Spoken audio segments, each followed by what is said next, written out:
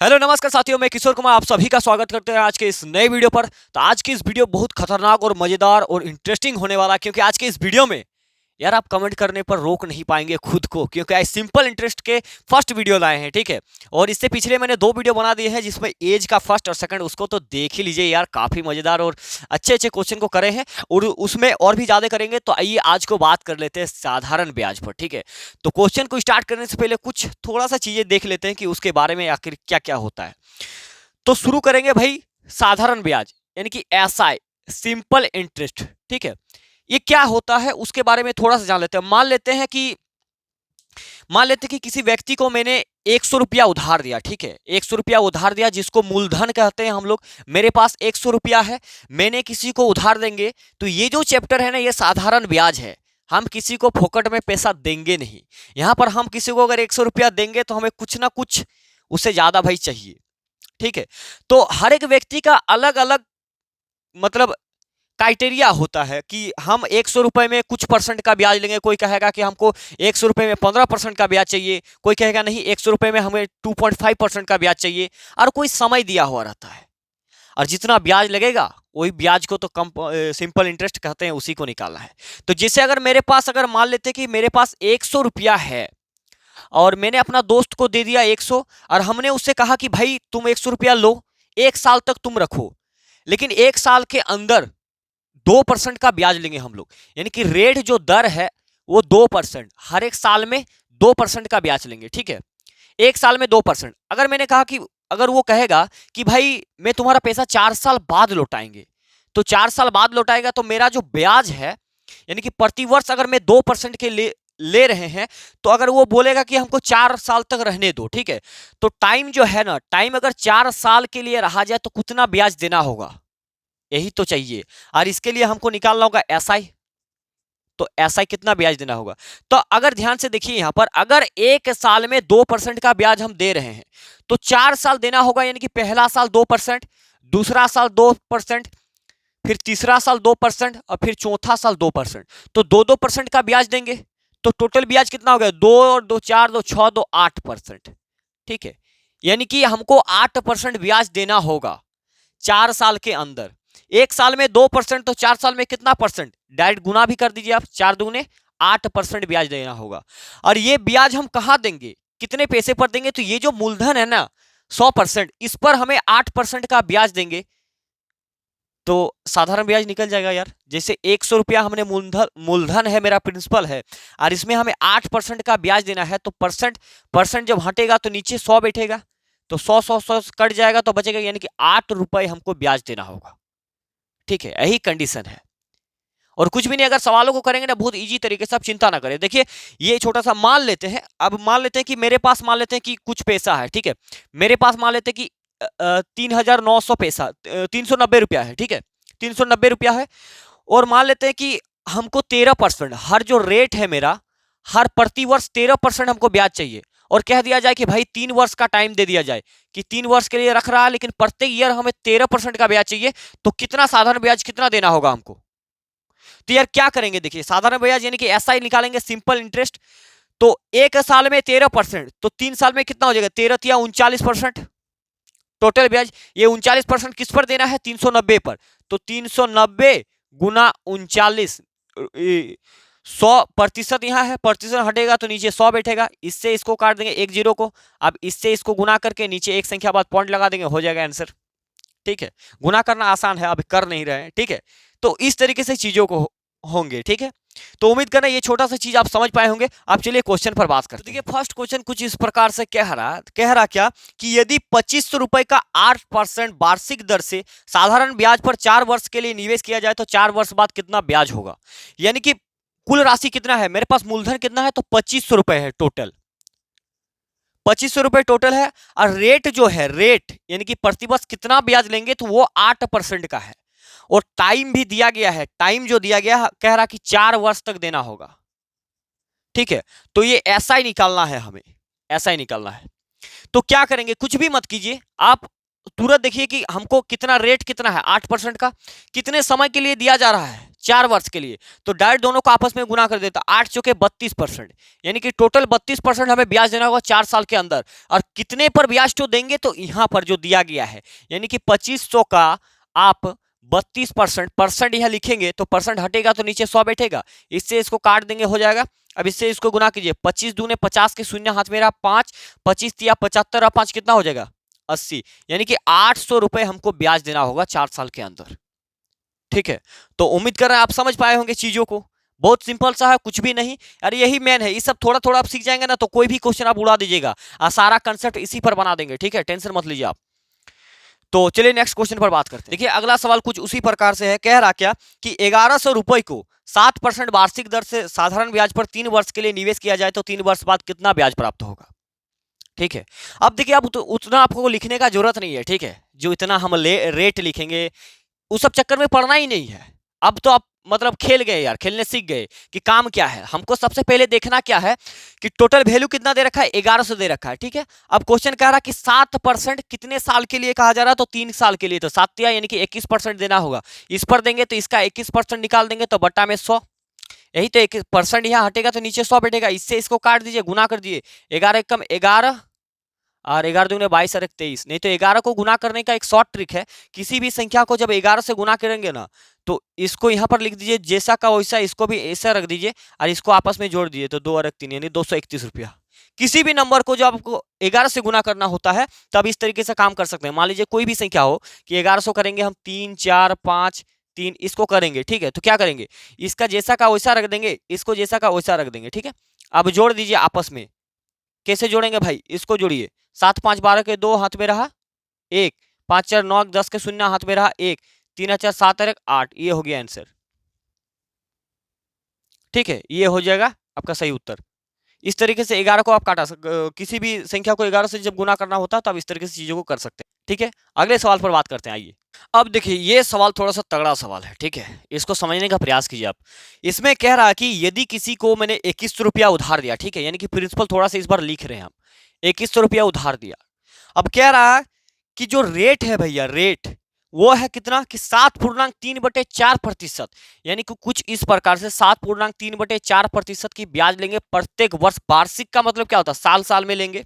और कहा जा रहा है कि 12 वर्ष का साधारण ब्याज कितना होगा, यानी कि टाइम भी जो आपको दे रखा है वो 12 ईयर दे रखा है। ठीक है, तो यार जब भी आपको हमेशा परसेंटेज पर फोकस कीजिए और दोनों को आपस में गुना करके इसका निकाल दीजिए। तो अब थोड़ा सा आपको दिक्कत हो सकता है, लेकिन कुछ भी होना नहीं चाहिए। ठीक है, क्या करेंगे, थोड़ा सा इसको सॉल्व कर देते हैं। ठीक है, 4 7 28, 28 और 3 जोड़ देंगे तो 31/4 होगा। अब इसको तो गुना करना है ना, इतना परसेंट गुना 12 कर दे दिया आप, 4 तिया 12, 3 1 के 3, 3 तिया 9, यानी कि 93% हमको ब्याज देना होगा। ठीक है, यहां तक तो कोई दिक्कत आपको नहीं होना चाहिए। हमने क्या करा, कुछ भी नहीं करा। क्वेश्चन कह रहा था कि टोटल 2100 रुपया पैसा है मेरे पास। ठीक है, और हमने दिया किसी को, और ब्याज जो लेंगे हम वो 7.3/4% की वार्षिक दर से लेंगे। और कितना साल लेंगे भाई, कह रहा कि हम तुमसे 12 साल तक लेंगे, ये काम हम तुमसे 12 साल तक लेंगे। तो क्या करेंगे, एक साल में इतना, तो 12 साल में कितना है, इसको सॉल्व कर देंगे। 4 7 28 3 31/4 गुने 12, 4 से 3 को मारे कट गया, 3 से इसको गुना कर दे, 31 या 93 होगा कि नहीं, 3 1 के 3, 3 तिया 9, काम खत्म। यानी कि अब हमें यह पता चला है कि इतना पैसे पर हमको 93% का ब्याज देना है। अब इसका निकाल दीजिए, हो जाएगा। तो 8100 का 93%, परसेंट हटेगा तो नीचे 100 बैठेगा, 1 0 से 2 0 2 0 खत्म। अब इसको काट दीजिए, 21 तिया कितना होता है 63, हाथ में रहा 6, तो 21 नामा 9 के 9 2 18, 189, 189 और 6 जोड़ दीजिए, कितना हो जाएगा 195। तो यानी कि 195, 1953 रुपया हमको ब्याज देना होगा इसके अंदर, इस कंडीशन में। ठीक है, तो उम्मीद कर रहे हैं आप समझ पा रहे हैं। ये छोटा सा मतलब ये उतने ज्यादा हाई सवाल नहीं है। ठीक है, ये नॉर्मल से सवाल है, उम्मीद कर रहे हैं आप समझ पाए होंगे। ठीक है, अगले सवाल पर बात करते हैं, आइए।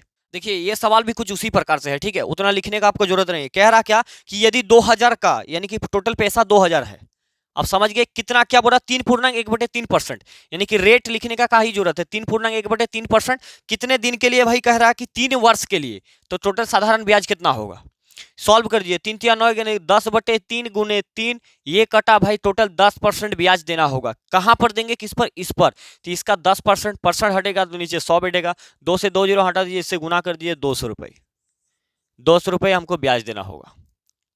अब बताइए, आप तो खेलने सीख गए होंगे, आप तो प्रो प्लेयर हो गया यार एकदम। कुछ भी अगर इस टाइप से भी परसेंटेज वैल्यू दे तो कोई दिक्कत वाली बात नहीं है, कुछ भी कहे आप डायरेक्ट ऐसे गुना कीजिए, बनाइए। ये सब छोटे छोटे सवाल है, ठीक है। इसके नेक्स्ट वीडियो में इससे थोड़े से और हाई लेवल एकदम अच्छे अच्छे क्वेश्चन को करेंगे, ठीक है, चुटकियों में। तो अगले सवाल पर बात करते हैं, आइए। हाँ, ये देखिए, ये सवाल थोड़ा सा है, सवाल समझने वाला, कुछ भी नहीं, मतलब थोड़ा सा बनेगा कुछ। देखिए, इसमें सीखने कुछ मिलेगा नया चीज। कह रहा क्या भाई, कह रहा कि 9210 रुपए पर साधारण ब्याज की दर से पहले वर्ष के लिए 4%, और दूसरे वर्ष के लिए 3.1/2%, तीसरे वर्ष के लिए 2.1/2%, तो कुल साधारण ब्याज कितना होगा? ठीक है, कुल साधारण ब्याज। यार इसको बनाने के लिए इस छोटा सा एग्जांपल पर थोड़ा सा समझ लेते हैं। मान लेते हैं कि किसी को मैंने 100 रुपए, छोड़ो यार 250 ले लेते हैं, कि 250 रुपया दिया हमने, ठीक है, 250 रुपया दिया। अब कंडीशन क्या है कि पहला वर्ष जो लेंगे हम, वो 4% का ब्याज लेंगे, ठीक है, पहला वर्ष यानी कि फर्स्ट ईयर। दूसरा ईयर कह रहा है कि हम लेंगे 2.1/2% का, ठीक है।